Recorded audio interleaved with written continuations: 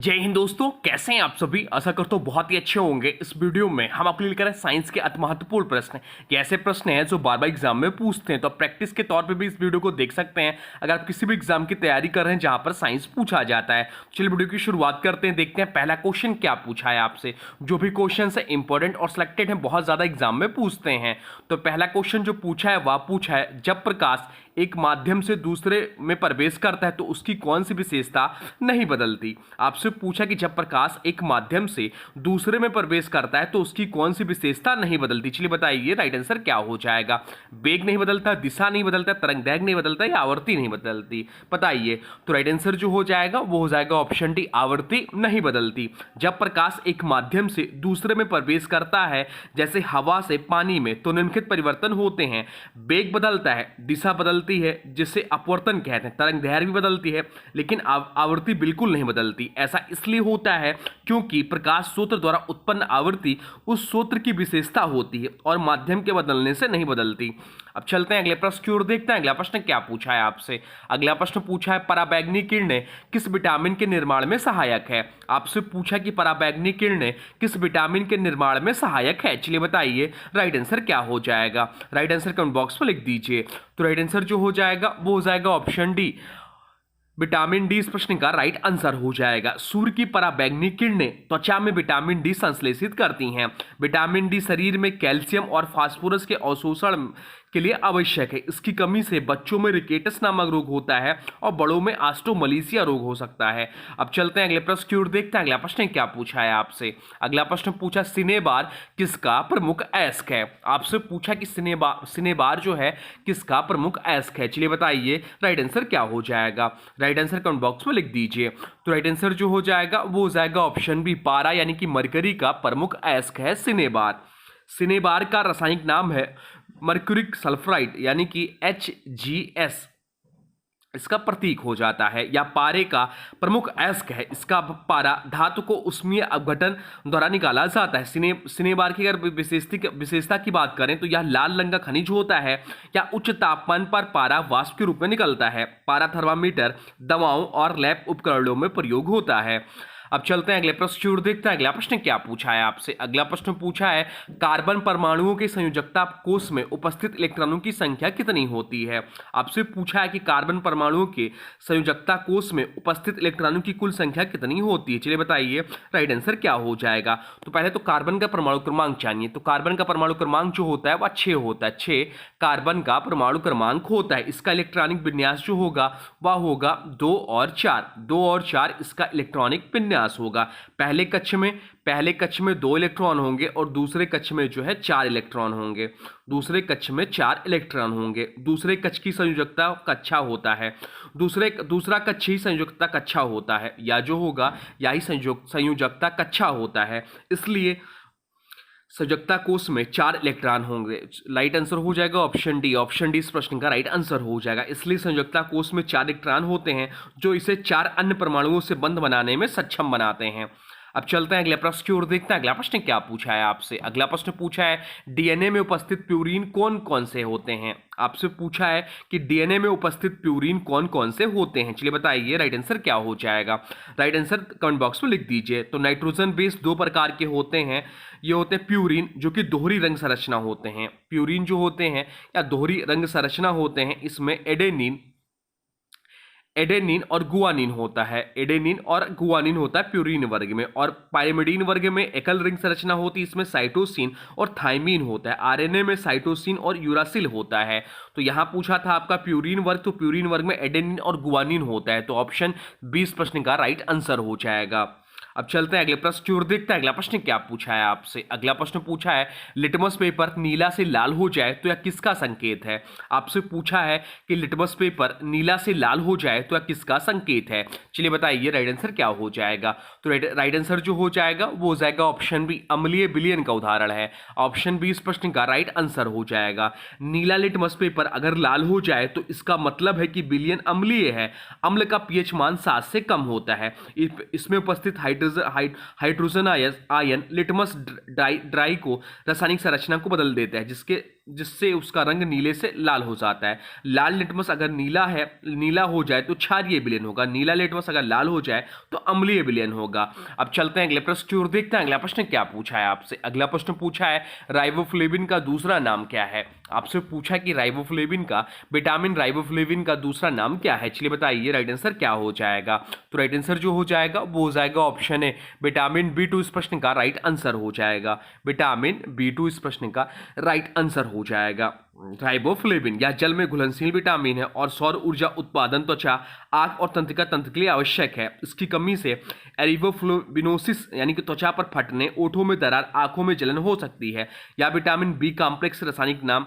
चलिए आपको बताते हैं कुछ प्रमुख विटामिन बी कॉम्प्लेक्स के रासायनिक नाम।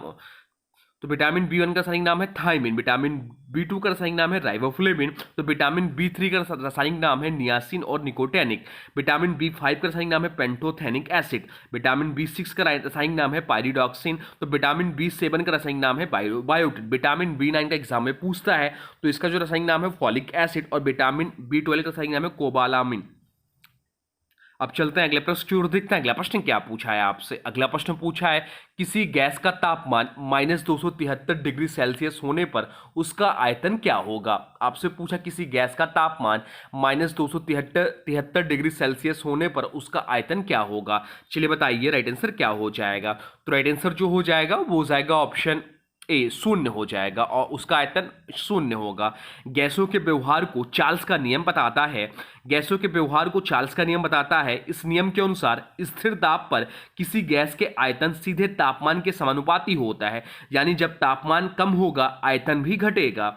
-273 डिग्री सेल्सियस बराबर 0 केल्विन कहलाता है, जिसे परम शून्य कहते हैं।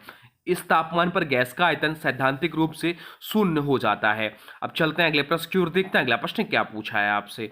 तो अगला प्रश्न जो पूछा है वह पूछा है पोटेशियम परमैंगनेट का प्रयोग किस रूप में किया जाता है। आपसे पूछा कि पोटेशियम परमैंगनेट का प्रयोग किस रूप में किया जाता है। चलिए बताइए राइट आंसर क्या हो जाएगा। तो राइट आंसर जो हो जाएगा वो हो जाएगा ऑप्शन बी, ऑक्सीकारक के रूप में इसका प्रयोग किया जाता है। पोटेशियम परमैंगनेट एक शक्तिशाली ऑक्सीकारक है या जल शोधक और औषधियों में इसका प्रयोग किया जाता है। बैगनी रंग का क्रिस्टल होता है यह। अब चलते हैं अगले प्रश्न की ओर, देखते हैं अगला प्रश्न क्या पूछा है आपसे। अगला प्रश्न पूछा है प्रकाश की तीव्रता मापने के लिए निम्नलिखित में से किस उपकरण का उपयोग किया जाता है। आपसे पूछा है कि प्रकाश की तीव्रता मापने के लिए निम्नलिखित में से किस उपकरण का प्रयोग किया जाता है। चलिए बताइए राइट आंसर क्या हो जाएगा। तो राइट आंसर जो हो जाएगा वो हो जाएगा ऑप्शन सी, लक्स मीटर का प्रयोग किया जाता है। लक्स मीटर का उपयोग प्रकाश की तीव्रता मापने के लिए किया जाता है। प्रकाश की तीव्रता को लक्स या ल्यूमेन प्रति वर्ग मीटर में व्यक्त किया जाता है। इसका प्रयोग फोटोग्राफी, प्रकाश व्यवस्था, प्रयोगशालाओं और उद्योगों में किया जाता है। अन्य विकल्पों की बात करें तो एनीमोमीटर वायु की गति मापने के लिए किया जाता है इसका प्रयोग, कैलोरीमीटर ऊष्मा मापने के लिए, तो अल्टीमीटर ऊंचाई मापने के लिए इसका प्रयोग किया जाता है। अब चलते हैं अगले प्रश्न की ओर, देखते हैं अगला प्रश्न क्या पूछा है आपसे। अगला प्रश्न पूछा है पत्तियों का लाल, नारंगी और पीला रंग किसके कारण होता है। आपसे पूछा कि पत्तियों का लाल, नारंगी और पीला रंग किसके कारण होता है। चलिए बताइए राइट आंसर क्या हो जाएगा। राइट आंसर कमेंट बॉक्स में लिख दीजिए। तो राइट आंसर जो हो जाएगा वो हो जाएगा ऑप्शन ए, कार्टियोनाइड इस प्रश्न का राइट आंसर हो जाएगा। पत्तियों का हरा रंग क्लोरोफिल के कारण होता है, लेकिन शरद ऋतु में क्लोरोफिल नष्ट हो जाते हैं। उस समय पत्तियों में मौजूद कोरोटिनाइड रंग द्रव्य दिखाई दे लगता है, जिसमें पत्तियां लाल, नारंगी और पीली दिखाई देती हैं। कोरोटिनाइड दो प्रकार के होते हैं, कैरोटीन्स नारंगी रंग देता है, जेंथोफिल्स पीला रंग। पौधों में लाल रंग कभी कभी एंथोसाइनिन पिगमेंट से भी आता है। अब चलते हैं अगले प्रश्न की ओर, देखते हैं अगला प्रश्न क्या पूछा है आपसे। अगला प्रश्न पूछा है पाचन तंत्र की सबसे लंबी ग्रंथि कौन सी होती है। आपसे पूछा है कि पाचन तंत्र की सबसे लंबी ग्रंथि कौन सी है। चलिए बताइए राइट आंसर क्या हो जाएगा। तो राइट आंसर जो हो जाएगा वो हो जाएगा ऑप्शन बी, अग्नाशय इस प्रश्न का राइट आंसर हो जाएगा। अग्नाशय पाचन तंत्र की सबसे लंबी ग्रंथि मानी जाती है। यह एक मिश्रित ग्रंथि यानी कि दोहराकार अंतरास्त्रावी और बहिस्त्रावी है। या पाचन एंजाइम जैसे ट्रिप्सिन, लाइपेज और एमाइलेज बनाती है, जो भोजन के पाचन में मदद करते हैं। या इंसुलिन और ग्लूकागन जैसे हार्मोन्स भी स्रावित करती है, जो रक्त शर्करा को नियंत्रित करती है। तो ध्यान रखें सबसे बड़ी ग्रंथि कौन सी होती है। तो सबसे बड़ी ग्रंथि जो होती है यकृत होती है। सबसे लंबी ग्रंथि कौन सी है, लोग गलत करके आते हैं कंफ्यूज होके। तो सबसे लंबी ग्रंथि अग्नाशय होती है। मिश्रित ग्रंथि का उदाहरण कौन सा है, तो मिश्रित ग्रंथि का उदाहरण अग्नाशय है। अब चलते हैं अगले प्रश्न की ओर, देखते हैं अगला प्रश्न क्या पूछा है आपसे। अगला प्रश्न पूछा है मनुष्य की आंख में किस लेंस की तरह कार्य करता है। आपसे पूछा कि मनुष्य की आंख में आंख किस लेंस की तरह कार्य करता है? चलिए बताइए राइट आंसर क्या हो जाएगा। तो राइट आंसर जो हो जाएगा वो हो जाएगा ऑप्शन बी, उत्तल लेंस इस प्रश्न का राइट आंसर हो जाएगा। ऑप्शन बी इस प्रश्न का राइट आंसर हो जाएगा। मनुष्य की आंख का लेंस एक उत्तल लेंस की तरह कार्य करता है। यह आने वाले प्रकाश किरणों को अपवर्तित कर रेटिना पर वास्तविक और उल्टा चित्र बनाता है। आंख के लेंस का आकार सिलेरी मांसपेशियों द्वारा नियंत्रित होता है, पास या दूर वस्तु देखने के लिए। अब चलते हैं अगले प्रश्न की ओर, देखते हैं अगला प्रश्न क्या पूछा है आपसे। अगला प्रश्न जो पूछा है वह पूछा है एलपीजी गैस में मुख्य रूप से कौन सी गैस होती है? आपसे पूछा है कि एलपीजी गैस में मुख्य रूप से कौन सी गैस होती है। चलिए बताइए राइट आंसर क्या हो जाएगा। तो राइट आंसर जो हो जाएगा वो हो जाएगा ऑप्शन बी, ब्यूटेन गैस होती है। एलपीजी यानी कि लिक्विफाइड पेट्रोलियम गैस मुख्य रूप से ब्यूटेन यानी कि C4H10 और प्रोपेन C3H8 का मिश्रण होता है। इसका उपयोग रसोई गैस, हीटिंग और वाहन ईंधन के रूप में किया जाता है। एलपीजी आसानी से तरल अवस्था में संपीड़ित किया जा सकता है और सुरक्षित रूप से भंडारण किया जा सकता है। बाकी एलपीजी में जो गैस का रिसाव होता है इसको पता लगाने के लिए इसमें जो पिगमेंट होता है डाला जाता है यौगिक, वह जो होता है एथिल मर्कैप्टन C2H5SH। यह भी ध्यान रखिएगा, एग्जाम में पूछता है। अब चलते हैं अगले प्रश्न की ओर, देखते हैं अगला प्रश्न क्या पूछा है आपसे। अगला प्रश्न पूछा है भट्ठियों जैसे अपेक्षाकृत उच्च तापमान मापने के लिए निम्नलिखित में से किस यंत्र का उपयोग किया जाता है? चलिए बताइए राइट आंसर क्या हो जाएगा। तो राइट आंसर जो हो जाएगा वो हो जाएगा ऑप्शन बी, पायरोमीटर का उपयोग किया जाता है।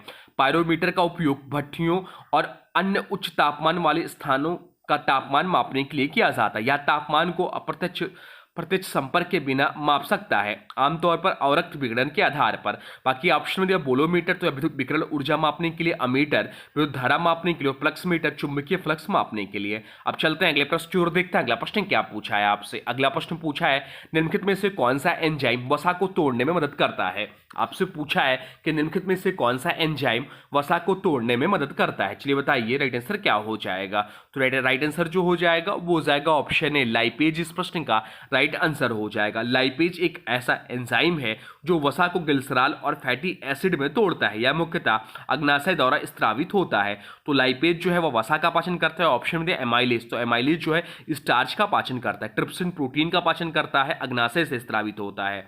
अब चलते हैं अगले प्रश्न की ओर, देखते हैं अगला प्रश्न क्या पूछा है आपसे। अगला प्रश्न जो पूछा है वह पूछा है कार की पीछे आने वाले यातायात को देखने के लिए निम्नलिखित प्रकार के दर्पणों में किसका उपयोग होता है? आपसे पूछा है कि कार की पीछे आने वाले यातायात को देखने के लिए निम्नलिखित प्रकार के दर्पणों में से किसका उपयोग होता है? चलिए बताइए राइट आंसर क्या हो जाएगा। तो राइट आंसर जो हो जाएगा वो हो जाएगा ऑप्शन ए, उत्तल दर्पण का प्रयोग होता है। चलते हैं अगले प्रश्न की ओर, देखते हैं अगला प्रश्न क्या पूछा है आपसे। अगला प्रश्न पूछा है मनुष्य के दांत कितने प्रकार के होते हैं? आपसे पूछा है कि मनुष्य के दांत जो होते हैं कितने प्रकार के होते हैं। चलिए बताइए राइट आंसर क्या हो जाएगा। तो राइट आंसर जो हो जाएगा वो हो जाएगा ऑप्शन डी, ये 4 प्रकार के होते हैं। कौन कौन से? तो ये होते हैं कृंतक जिन्हें बोलते हैं इंसीजर, कैनाइन और पूर्व दाढ़ जैसे प्रीमोलर्स और दाढ़ यानी कि मोलर्स। कौन कौन से? तो इंसीजर, कैनाइन, प्रीमोलर्स और मोलर्स होते हैं। वयस्क मानव में के कुल 32 दांत होते हैं, 16 ऊपर 16 नीचे। इनमें ये चारों प्रकार के दांत पाए जाते हैं। अब चलते हैं अगले प्रश्न की ओर, देखते हैं अगला प्रश्न क्या पूछा है आपसे। अगला प्रश्न पूछा है किसी तत्व को शरीर का निर्माणकर्ता कहा जाता है। आपसे पूछा किस तत्व को शरीर का निर्माणकर्ता कहा जाता है। चलिए बताइए राइट आंसर क्या हो जाएगा। तो राइट आंसर जो हो जाएगा वो हो जाएगा ऑप्शन डी, प्रोटीन को शरीर का निर्माणकर्ता कहते हैं। प्रोटीन को अक्सर बॉडी बिल्डर या शरीर का निर्माणकर्ता कहा जाता है, या शरीर की मांसपेशियों, ऊतकों, त्वचा, एंजाइम, हार्मोन आदि के निर्माण व मरम्मत के लिए अत्यंत आवश्यक है। अब चलते हैं अगले प्रश्न की ओर, देखते हैं अगला प्रश्न क्या पूछा है आपसे। अगला प्रश्न पूछा है किसका प्रयोग कृत्रिम वर्षा में किया जाता है। आपसे पूछा है कि किसका उपयोग कृत्रिम वर्षा में किया जाता है। चलिए बताइए राइट आंसर क्या हो जाएगा। तो राइट आंसर जो हो जाएगा वो हो जाएगा ऑप्शन बी, सिल्वर आयोडाइड का प्रयोग किया जाता है। ऑप्शन बी इस प्रश्न का राइट आंसर हो जाए। कृत्रिम वर्षा एक वैज्ञानिक तकनीक है जिसके तहत बादलों में सिल्वर आयोडाइड, सोडियम क्लोराइड या डाई आइस को छोड़ा जाता है। सिल्वर आयोडाइड का उपयोग मुख्यतः इसीलिए किया जाता है क्योंकि यह बादलों में संघनन केंद्र का कार्य करता है। अब चलते हैं अगले प्रश्न की ओर, देखते हैं अगला प्रश्न क्या पूछा है आपसे। अगला प्रश्न पूछा है पौधों में भोजन का स्थानांतरण किसके द्वारा होता है। आपसे पूछा कि पौधों में भोजन का स्थानांतरण किससे होता है। चलिए बताइए राइट आंसर क्या हो जाएगा। तो राइट आंसर जो हो जाएगा वो हो जाएगा ऑप्शन बी, फ्लोएम के द्वारा। फ्लोएम वह ऊतक है जो पौधों में पत्तियों में बने भोजन यानी कि ग्लूकोज सुक्रोज को पौधों के अन्य भागों तक पहुंचाने का कार्य करता है। इस प्रक्रिया को ट्रांसलोकेशन कहा जाता है। अगर यही आपसे पूछा होता है कि पौधों में जल का परिवहन किसके द्वारा होता है, तो यह होता है जाइलम के कारण। अब चलते हैं अगले प्रश्न की ओर, देखते हैं अगला प्रश्न क्या पूछा है आपसे। अगला प्रश्न पूछा है फेफड़ों में गैसों का आदान प्रदान किस प्रक्रिया से होता है। आपसे पूछा है कि फेफड़ों में गैसों का आदान प्रदान किस प्रक्रिया से होता है। चलिए बताइए राइट आंसर क्या हो जाएगा। तो राइट आंसर जो हो जाएगा वो हो जाएगा ऑप्शन ए, विसरण प्रक्रिया के द्वारा फेफड़ों में गैसों का आदान प्रदान होता है। तो ये रहे आपके टॉप साइंस क्वेश्चन जो आपके आने वाले एग्जाम के लिए बहुत ही महत्वपूर्ण हो जाता है। अब आज की वीडियो से प्रश्न है, इसका राइट आंसर आप लोग को कमेंट बॉक्स में बताना है। आज के वीडियो से प्रश्न है, पत्तियों का लाल, नारंगी और पीला रंग किसके कारण होता है। आपसे पूछा है कि पत्तियों का लाल, नारंगी और पीला रंग किसके कारण होता है। इसका जो भी राइट आंसर होगा कमेंट बॉक्स में जरूर बताइए। और हाँ देखिए, अभी तक आपने वीडियो को लाइक नहीं किया है तो प्लीज वीडियो को लाइक कर दीजिए और चैनल पर नए चैनल को सब्सक्राइब भी कर लीजिए।